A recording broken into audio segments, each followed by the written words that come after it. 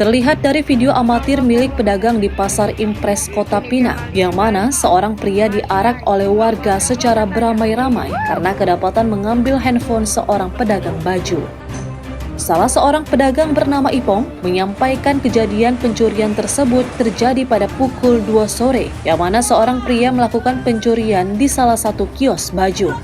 Naas, tersangka dipergoki dengan pedagang lain dan diteriakin maling. Tersangka berusaha melarikan diri, namun para pedagang bersama warga melakukan pengejaran terhadap tersangka. Karena tersudut, akhirnya tersangka berhasil ditangkap. Kemudian pedagang mendapati satu unit handphone di dalam saku tersangka yang merupakan milik korban pedagang baju. Sekitar 2 sore gitu loh bang, karena masyarakat juga bang. Rame-rame lah kami orang pajak di sini. Dari sana lari ke sana bang. Sebuah handphone. Handphonenya udah sempat diambil.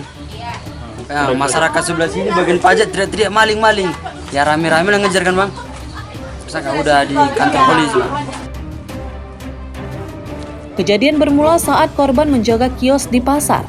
Korban tertidur dan handphone berada di samping atas kepala korban. Dan tersangka masuk ke dalam kios korban, kemudian mengambil handphone korban secara diam-diam. Usai mengambil handphone milik korban, tersangka keluar. Namun pedagang yang berada di depan kios korban mengetahui perbuatan tersangka. Tersangka pun langsung melarikan diri. Selanjutnya dilakukan pengejaran oleh warga dan pedagang juga dibantu oleh beberapa personil kepolisian. Kemudian tersangka berhasil diamankan. Tersangka nyaris dihakimi warga. Tetapi berkat kesigapan pihak kepolisian, akhirnya tersangka dapat diamankan. Terima kasih, dapat kami jelaskan, kami unit reskrim Polsek Kota Pinang mengamankan satu orang laki-laki atas nama Yusuf Pardamian alias Dame yang melakukan pencurian satu unit handphone di Pajak Impres Blok 1 nomor 30 Kota Pinang, Kecamatan Kota Pinang, Labuan Batu Selatan. Jadi kronologis setelah dilakukan interogasi dan pemeriksaan saksi, dapat dijelaskan bahwa pada saat korban menjaga di kiosnya di pajak, korban tertidur tapi handphonenya ada di samping kepala korban. Yang selanjutnya tersangka masuk ke dalam kios korban, kemudian secara diam-diam mengambil handphone yang ada di samping korban. Korban pada saat itu tertidur.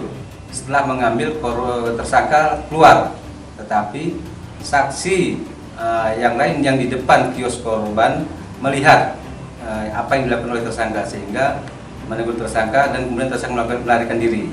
Selanjutnya dilakukan pengejaran terhadap si tersangka oleh masyarakat dan dibantu oleh pihak kepolisian, dan kemudian dapat diamankanlah tersangka di Sumur Bor, wilayah Kota Pinang.